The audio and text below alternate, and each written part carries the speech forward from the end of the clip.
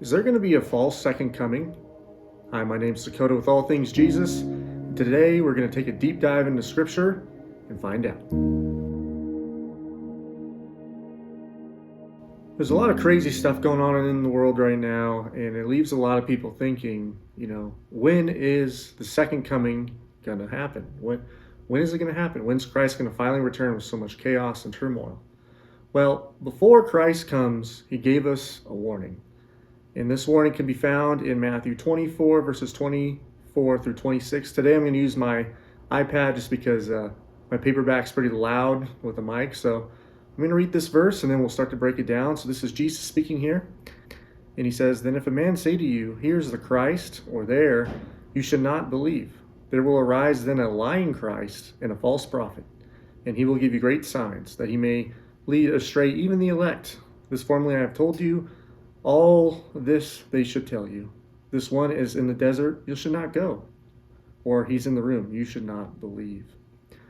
So most modern day Bible translations, it says a lying Christ with a plural, so an S on the end, and false prophets with an S on the end of those two words. But if you look at the original language, which is mostly Greek, and there's a couple Hebrew New Testament manuscripts, it's actually singular. So Christ is trying to hone in on one lying Christ and one false prophet. And, that changes a lot of things. And I think that's why always trying to take a look at things in the original language is important, because the Bible was not written in English. So in between the Bible being originally written in Hebrew and then in Greek, there was translators, which then took that and converted it to English. So the next thing we should take a look at is, okay, so Jesus is telling us there will be a false Christ and a false prophet, and he will perform great signs and wonders. So let's go to Matthew 24, verses 29 through 31. And now we're going to shift into that question, when is Christ going to return? Because if there's going to be a false Christ, a big aspect of us knowing that it's going to be a false Christ is going to be based off of when the real second coming is, the real coming of Christ. So, like I said, Matthew 24, verses 29 to 31 says, "Immediately after the tribulation of those days, the sun will be darkened, and the moon will not give its light. The stars will fall from the heaven, and the powers of the heavens will be shaken. Then the sign of the Son of Man will appear in heaven. And then all the tribes of the earth will mourn, and they will see the Son of Man coming on the clouds of heaven with power and great glory. And he will send his angels with a great sound of a trumpet, and they will gather together his elect from the four winds, from one end of heaven to the other." Okay, so let's look at the attributes of the real second coming. By the way, this is spoken by Jesus himself, the best source to understand his coming. And the true second coming, Jesus says, is after the tribulation. And we'll go into what that means here in a second so we can really nail it down. But he also says that the sun will be darkened, the moon will not give its light, the stars will fall from heaven. These are some important things to keep in mind a little bit later on in the study. So now we're going to shift to nailing down when exactly the second coming actually is, the real second coming. So now I'm going to transition to 1 Thessalonians chapter 4, 16 through 17. And it says, "For the Lord himself shall descend from heaven with a shout, with the voice of the archangel, and with the trump of God. And the dead in Christ shall rise first, then which we are alive and remain shall be caught up together with them in the clouds, to meet the Lord in the air, and so shall we ever be with the Lord." What an amazing day that's going to be, huh? To finally be reunited with our Savior and to just live in peace and harmony forever. That's going to be so amazing, and I cannot wait for that day. But it mentions something pretty interesting. It says, "with the trump of God." The word trump meaning trumpet, like the instrument. So there's going to be a trumpet that sounds the second coming of Christ, and that's a key element here. And now I'm going to go to 1 Corinthians chapter 15, verses 51 and 52. And we're going to see when exactly that trumpet is sounded so that we can understand when we can expect to see Jesus Christ. And it says, "Behold, I show you a mystery. We shall not all sleep, but we shall all be changed in a moment, in a twinkling of an eye, at the last trump. For the trumpet shall sound, and the dead shall be raised incorruptible, and we shall be changed." I can't wait for that change. So here we see at the last trump. So it's at the last trumpet. Well, what trumpet is this referring to? Well, if we go to the book of Revelation, there's 7 trumpets specifically mentioned. And these 7 trumpets are what announce the 7 last plagues. The 7 last plagues being the last basically 7 events to happen in the history of this world. This is what a lot of people refer to as the end of the world, is these 7 last plagues. So in Revelation chapter 8, all the way until chapter 12, verse 1, you have the 7 trumpets. Now, if you compare these 7 trumpets to Revelation chapter 16, you'll see that the 7 trumpets mirror the 7 last plagues. So it's basically kind of written like the Gospels. We have 2 accounts. We have the trumpets, which announce the 7 last plagues, and then once the trumpets blow, the 7 last plagues happen, and that's recorded in chapter 16. So if we compare both, we can get a really good idea of what's going on. So anyways, the reason why I bring this up is because it says at the last trump, or the last trumpet, which would be the 7th trumpet in the book of Revelation, which is sounded in Revelation chapter 12. So it's at the very end of time, at the 7th last plague. So the last plague this world sees is when the second coming of Jesus Christ is. This is the true second coming. So now we have a time frame of when Jesus is going to come. And that's really important to understand because, like Jesus said, there's going to be a lying Christ and a false prophet that will deceive even the very elect. So it's going to be so deceptive and so convincing that even the very elect can be deceived. So that's a pretty big deal. Now we're going to shift gears to nailing down, okay, so when is the false second coming going to be? When is this lying Christ going to come? Well, there's a very similar event that appears to be the second coming of Christ, but it's not, because the timing of it doesn't match up to what Christ told us in those last 2 verses that we just read.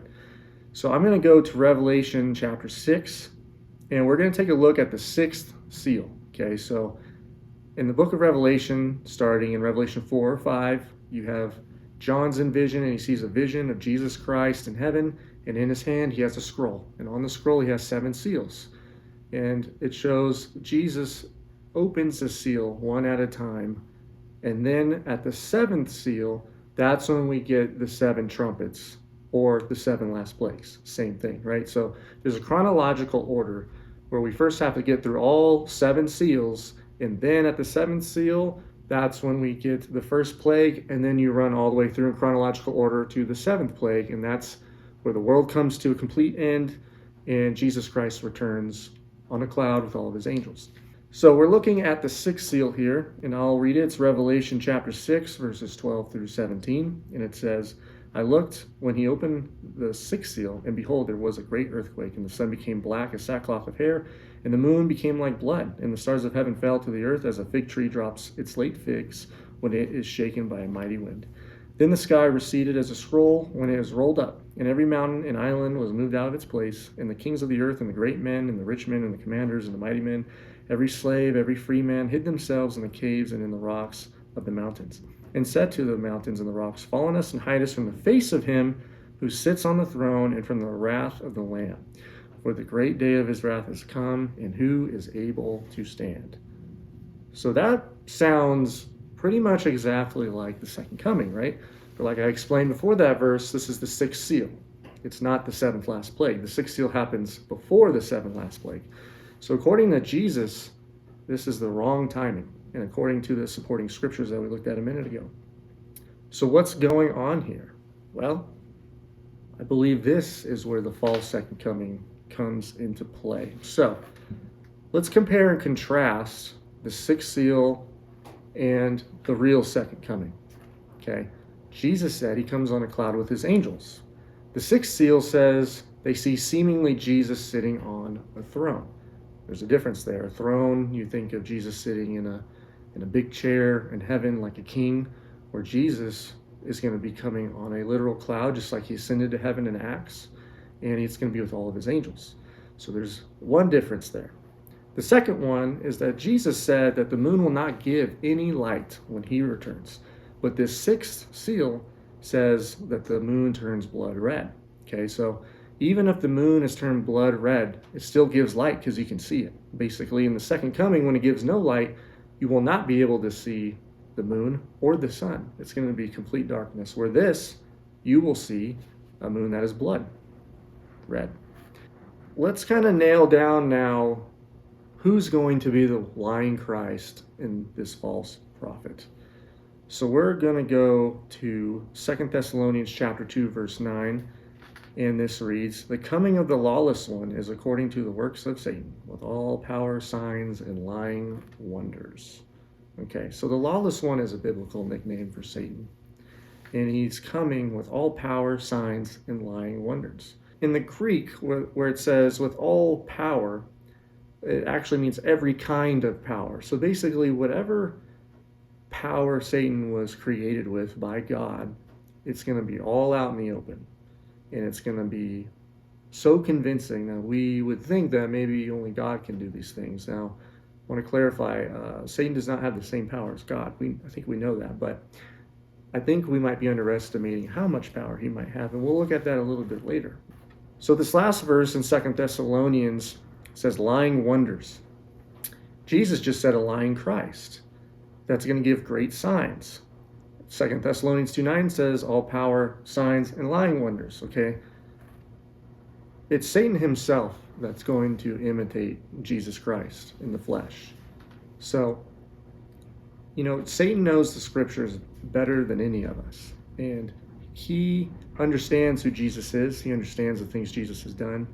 And he's going to put all that to work and more to deceive the world one last time. The question is does Satan really have that kind of power to create a seemingly false second coming where you see seemingly Jesus in the sky on the throne coming down? Everything's dark, the moon is blood red, the stars are falling. Does he have the power to do that stuff, to create such an amazing smoke show to deceive the very elect? And I think the best way to answer that question is to go to Job chapter 1 and chapter 2. So let's kind of transition to that now. God and Satan had an interesting conversation in Job chapter 1 and chapter 2, and I think God was really trying to show us something here. Typically it's taught in the Christian world how Job is a perfect example of God's people's faith, right? He was a very faithful servant, and God knew that he wasn't going to fail.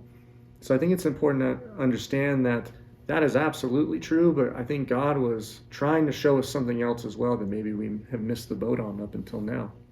So I just kind of wanted to run through what happened to Job in those first 2 chapters, because what's recorded is that God basically removed most of his protection, which then allowed Satan to start causing destruction to Job and all of his possessions, basically. So let's kind of run through this, and then we'll get an idea of the kind of power Satan has.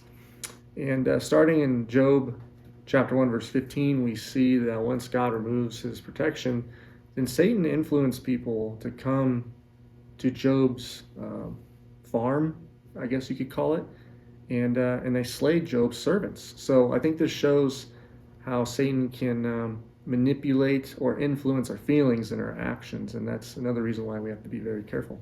The next verse in chapter 1, verse 16, it says, "Fire of God came out of heaven and killed Job's sheep and servants."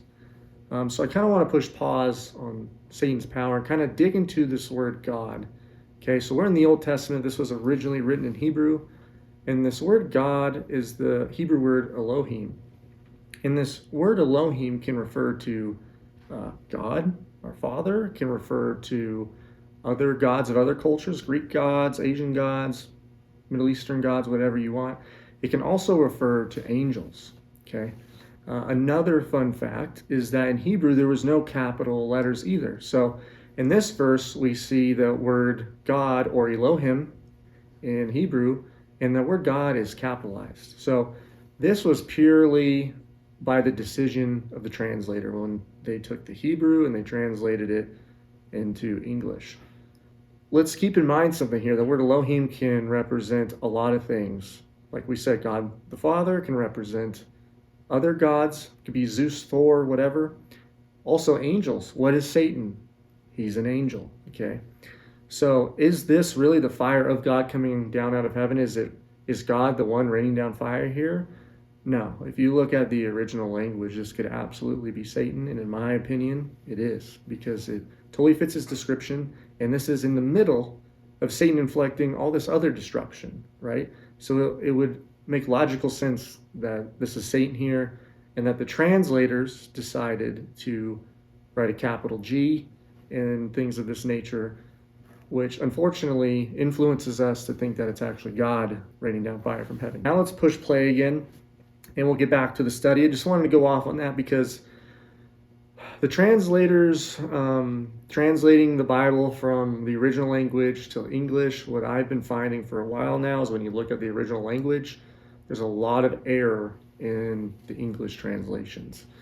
And this, I think, is a great example of that. And there's others that are way more blatant and obvious. And whether or not that was just because of the understanding of the translator or they were doing it on purpose, I don't know. But there's definitely a lot of problems there. So I always recommend to take a look at some things in the original language. But going on, now that we've explained what that word God means in Hebrew, there was so much destruction that was going on to Job. His flock of animals were killed. There was a windstorm that came in, blew over his house, and killed his children, who unfortunately seems like they kind of fell away. They were drinking and partying and all that stuff. So it shows, in essence, the power that Satan has, right? He created a storm that blew over a house. I mean, that's pretty strong winds. Fire's raining down from heaven. He's manipulating people to go kill. I mean, it really shows what Satan's capable of, and I think God was really trying to help us understand this here. And factoring all of that in, if we go to Revelation chapter 13:13 really quick, it says, he performs great signs so that he even makes fire come down from heaven on the earth in the sight of men. This is Satan that they're talking about right here. More specifically, it's talking about the false prophet. But who gives the false prophet power to rain fire down from heaven in the sight of men? It would be Satan. What do we just see in the story of Job? Satan raining down fire from heaven. It goes to show how powerful Satan is. In Revelation 9:11, it says that the angel from the bottomless pit, or the deep, which is Satan, his name in Greek is Apollyon, which means the destroyer and the destroying one. So Satan is constantly looking to destroy, and that is no more evident than in the story of Job. Going back to our original question, can Satan do these things? Can he create this smoke show? However he achieves it, I believe he can. I don't know the specifics of that, but I believe he can. If we go back to the story of Job really quick, we see that Satan even smote Job with a plague of boils, head to toe. I mean, a serious illness. And God basically prevented Satan from taking his life. If you go back and read the beginning of chapter 2, God says, have your way, Satan, but spare his life, essentially. So another fun point is, where else have we seen a plague of boils head to toe? Well, we've seen them in the Egyptian plagues, and we see it at the first plague or the first trumpet in the book of Revelation. So interesting, right? We answered that question, and maybe some of you still feel differently, and that's totally fine. My opinion is I think Satan was created with a lot of power. Not as much as God, obviously, but the ability for him to create a false second coming in all of its fullness, like we've been reading with the sixth seal, I do believe he can do that. But the next question is, we know Satan's going to imitate Christ at the sixth seal. Jesus warned us about that. Has he done it in the past? Because if someone has a record of doing something beforehand, then we know that it's very possible they will do it again in the future. So we're going to take a look at a story in the Old Testament, but there's two accounts, which is really helpful.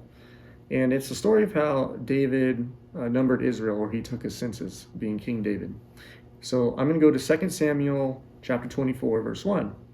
And it says, and again, the anger of the Lord was kindled against Israel, and he moved David against them to say, go number Israel and Judah. So he's taking the census, okay.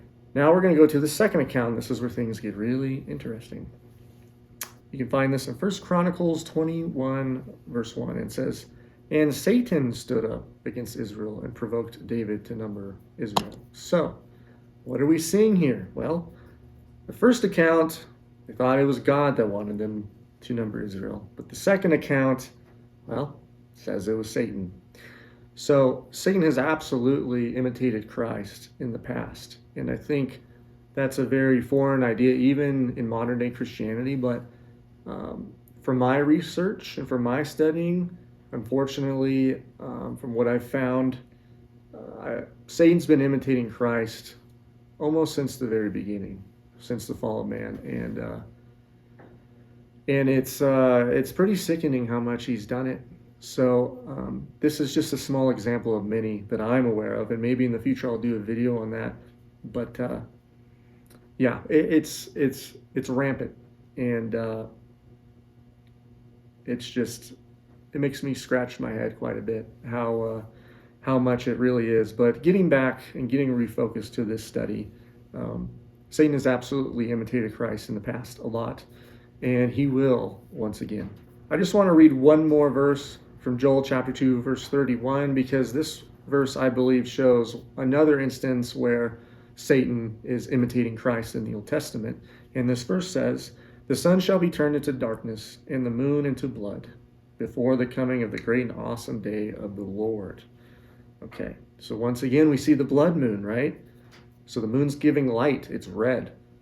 But that's not the second coming of Christ. He says it gives zero light, no light at all.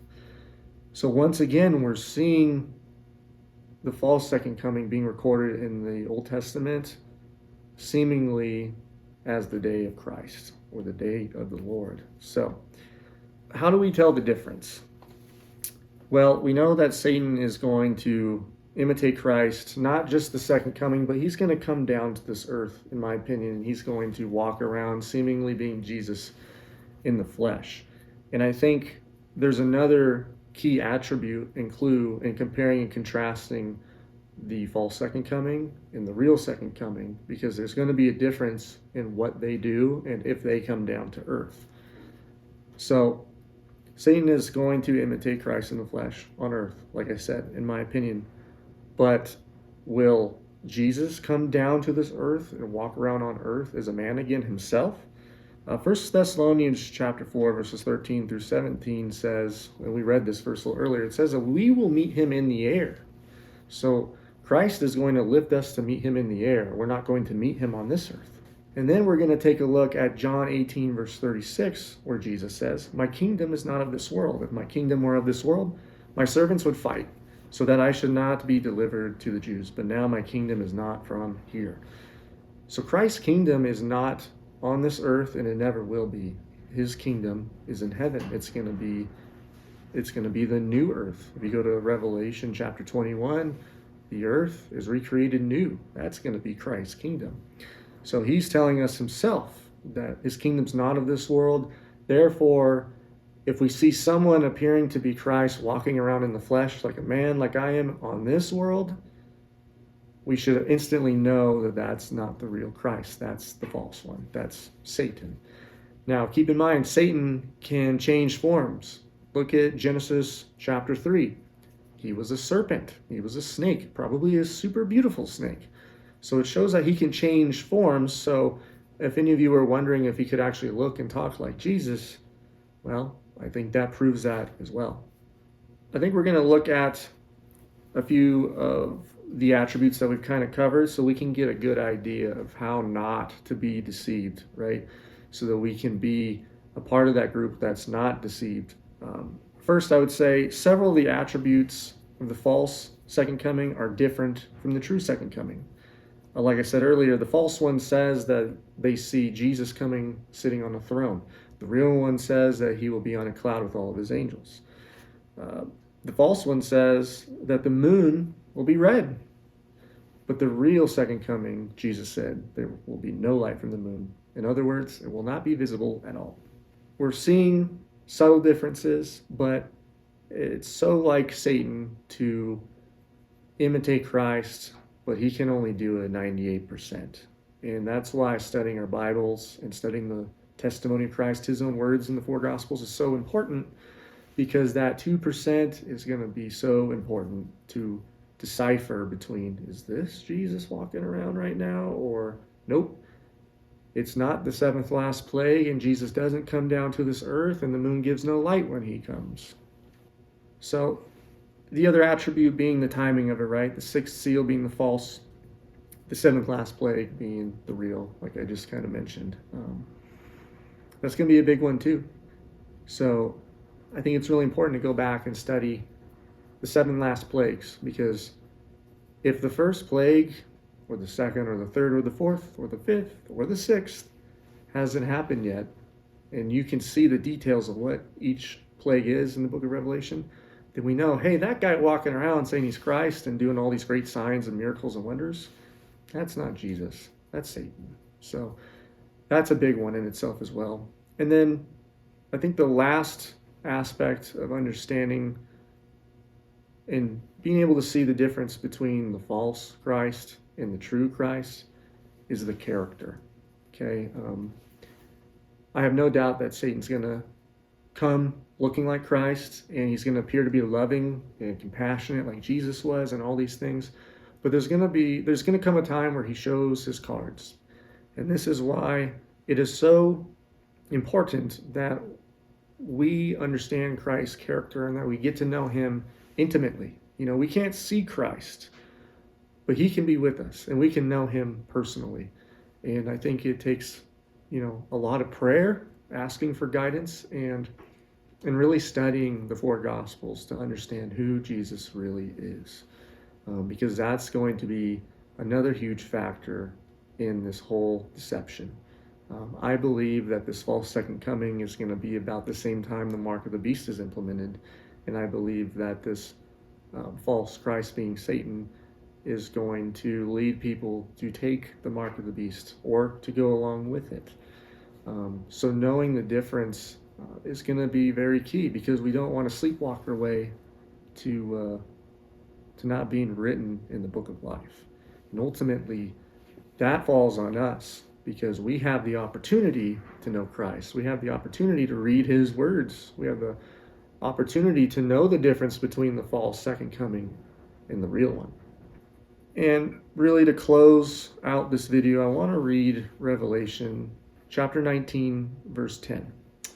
And in this verse in Revelation, an angel appears to John, the Bible writer. And John falls down at his feet to worship this angel. And I'll read the following. This verse says, "And I fell at his feet to worship him. But he said to me, 'See that you do not do that. I am your fellow servant, and of your brethren who have the testimony of Jesus. Worship God, for the testimony of Jesus is the spirit of prophecy.'" Here's an angel saying, hey, I'm a fellow brethren and servant like you, which is exactly what the angels are. He said, worship God. And then he tells us how to worship God. And it's by the testimony of Jesus Christ, which is the spirit of prophecy. The word prophecy in Greek means to reveal truth and to speak truth. Jesus came to reveal the truth in its fullness and to speak the truth. He knows Satan imitated him in the past, and he knows he's going to do it again in the future. I mean, he already does right now, but he's going to do an ultimate display of this imitation shortly in the future. So we are to hold the testimony of Christ, which is recorded in the four Gospels. That's the pinnacle of our walk as a Christian. And if we want to understand God, we have to look at the words his Son spoke. Jesus said in John chapter 17, verse 6, "I have come to declare thy name unto the men that you gave me." Okay? The word name is the Greek word anoma, which means character. So Jesus said that he came to declare God's character. Everything we see in Jesus, that's who God is. Other Bible versions use the word reveal. I've come to reveal your character. John 17:26 says, "I have manifested thy name." Same Greek word anoma. I've manifested thy character. This is going to be so important when it comes to these final days. Everything that happens from here on out, it's going to be so important to know Christ and character. So that is something that we all need to pray about. And I hope you guys gained some insight from this video. This is my first one of being in front of the camera. I have many other videos on this channel explaining God's character and many other things. So yeah, go check those out if you feel like it. And if you'd like to see me do more videos like this, let me know. There's so many subjects to study, which is an absolute blessing, and I would love to share what I have found with you guys. I want to first and foremost state that I'm a human, so go study for yourselves. But this is fun, and I can't wait to do more of it. So, well, my camera decided to stop working at the end of this video, so I'm going to cut it right here. But I was pretty much done. Thank God I got through the whole study. So, thank you everyone for watching. Please subscribe, like, share to anyone you think might be interested. I would love to hear your feedback, and we'll see you in the next video.